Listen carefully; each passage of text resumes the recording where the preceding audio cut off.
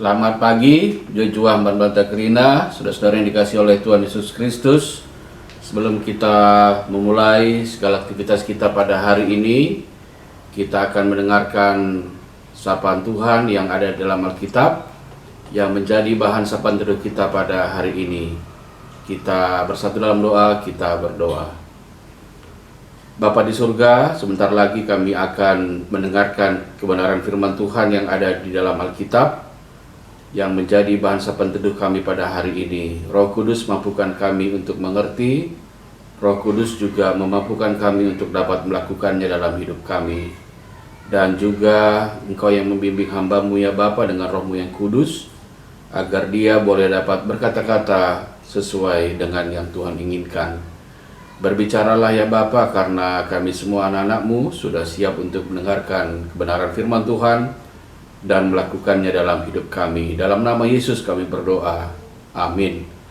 Saudara-saudara yang dikasihi oleh Tuhan Yesus Kristus, teks Alkitab kita pada hari ini diambil dari kitab Mazmur pasal 25 ayat ke-10. Mazmur pasal 25 ayat 10 berbunyi demikian. Segala jalan Tuhan adalah kasih setia dan kebenaran bagi orang yang berpegang pada perjanjiannya dan peringatan-peringatannya. Saudara-saudara yang dikasihi oleh Tuhan Yesus Kristus, Mazmur pasal 25 yang menjadi bahan sapaan teduh kita pada hari ini digolongkan sebagai mazmur kepercayaan yang berisi tentang doa penyerahan diri dari seorang yang sadar akan dosanya dan memohon pembebasan dari Tuhan terhadap kesesakan akibat dari ancaman-ancaman lahiriah yang dialaminya. Menurut Marie Claire Bart, yang menarik di sini adalah ketika pemazmur mengungkapkan imannya yang mencakup 3 aspek. Yang pertama, ia mengangkat jiwanya kepada Tuhan untuk berdoa. Artinya, ia mengarahkan seluruh perhatiannya hanya kepada Tuhan. Yang kedua, ia menyerahkan diri sepenuhnya kepada Tuhan dengan keyakinan bahwa ia tidak mungkin dipermalukan oleh musuhnya, sebab Tuhanlah yang menjadi pembelanya. Dan yang ketiga adalah ia menanti-nantikan Tuhan sedemikian rupa dengan pengharapan janji Tuhan pasti digenapi. Kata menantikan terdapat 3 kali dalam perikop kita hari ini. Ayat 3, ayat 5, dan ayat 21. Saudara yang dikasihi oleh Tuhan Yesus Kristus, patut kita perhatikan bahwa dalam penulisan Ibrani, jika terdapat kata yang diulangi, berarti hal itu merupakan suatu hal yang sangat penting.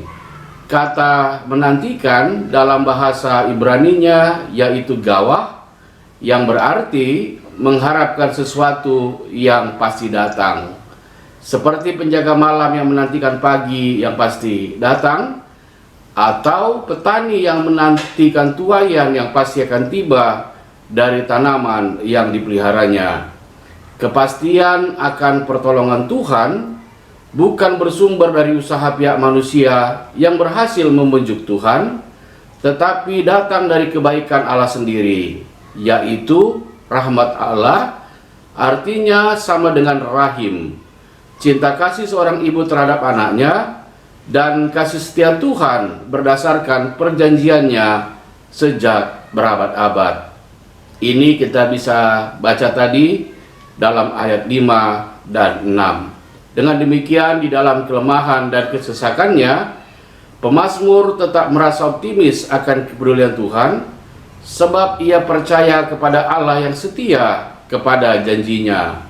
Itulah sebabnya, dalam perspektif pemazmur yang juga seharusnya menjadi dasar iman orang percaya, bahwa segala jalan Tuhan adalah kasih setia dan kebenaran bagi orang yang berpegang pada perjanjiannya dan peringatan-peringatannya. Ini tadi yang kita baca di dalam ayat yang ke-10. Sebab itu saudara, marilah kita belajar dari iman dan pengharapan pemazmur yang tetap kuat dan teguh di tengah kerapuhan karena kelemahannya dan beban pergumulan yang berat. Ia memandang kepada Tuhan yang setia kepada perjanjiannya. Kebenaran firman Tuhan memberi fakta sejarah kepada kita bahwa sejak kejatuhan Adam dan Hawa di dalam dosa, Allah telah berinisiatif untuk menyelamatkan manusia dari kebinasaan. Sebab itu Allah menjanjikan seorang juru selamat. Kemudian Allah mengadakan perjanjiannya dengan Nuh setelah peristiwa air bah. Selain itu Allah juga melanjutkan perjanjiannya yang kekal kepada Abraham, dengan Musa, dengan Daud.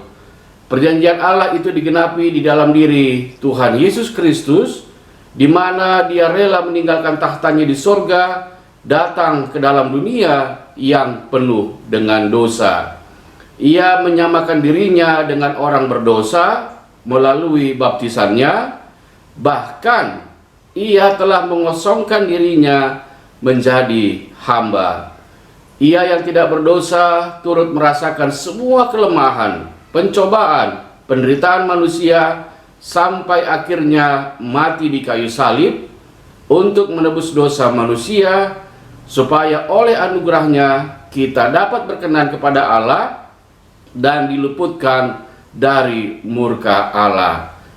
Kebangkitan dan kemenangan Kristus inilah yang diberitakan atau diproklamirkan bahkan sampai di dunia orang mati, yaitu orang-orang yang pernah menolak janji dan kebaikan Allah, supaya segala kuasa, kekuatan, hujatan, dan ketidakpercayaan dibungkam oleh dahsyatnya kuasa kemenangan Kristus.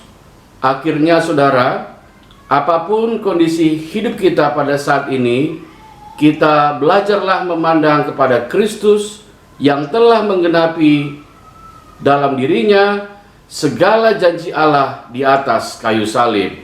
Sebab itu kitab suci berkata dalam Roma 10 ayat 11, barang siapa yang percaya kepada Dia, dia tidak akan dipermalukan.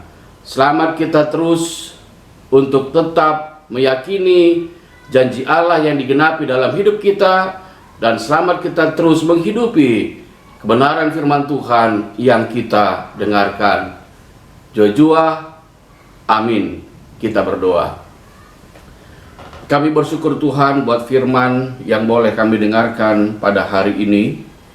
Roh Kudus memampukan kami dengan kuasa Roh Kudus-Mu, agar kami boleh dapat memahami, mengerti, dan tetap meyakini janji Tuhan dalam kehidupan kami.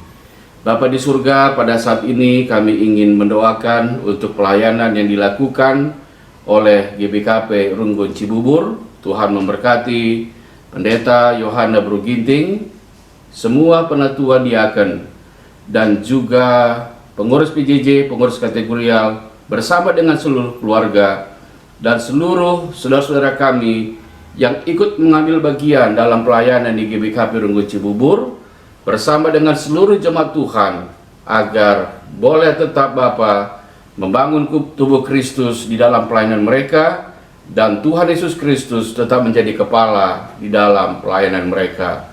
Kami juga berdoa untuk kegiatan kami pada hari ini. Tuhan memberkati kami dengan segala yang baik, dan Tuhan memberikan kami kesehatan yang cukup pada hari ini, agar hari ini juga kami tetap mempermuliakan nama-Mu saja. Terima kasih Bapa, kami berdoa di dalam satu nama Putra-Mu yang tunggal, Tuhan Yesus Kristus, yang telah mengajar kita berdoa. Bapa kami yang di sorga, dikuduskanlah nama-Mu, datanglah kerajaan-Mu, jadilah kehendak-Mu di bumi seperti di sorga. Berikanlah kami pada hari ini makanan kami yang secukupnya, dan ampunilah kami akan segala kesalahan kami, seperti kami juga mengampuni orang yang bersalah kepada kami. Dan janganlah membawa kami ke dalam pencobaan, tetapi lepaskanlah kami dari yang jahat. Karena Engkaulah yang punya kerajaan dan kuasa dan kemuliaan sampai selama-lamanya. Amin. Tetap semangat untuk kita semua. Tuhan Yesus Kristus memberkati kita semua. Jojua Marmata Krina.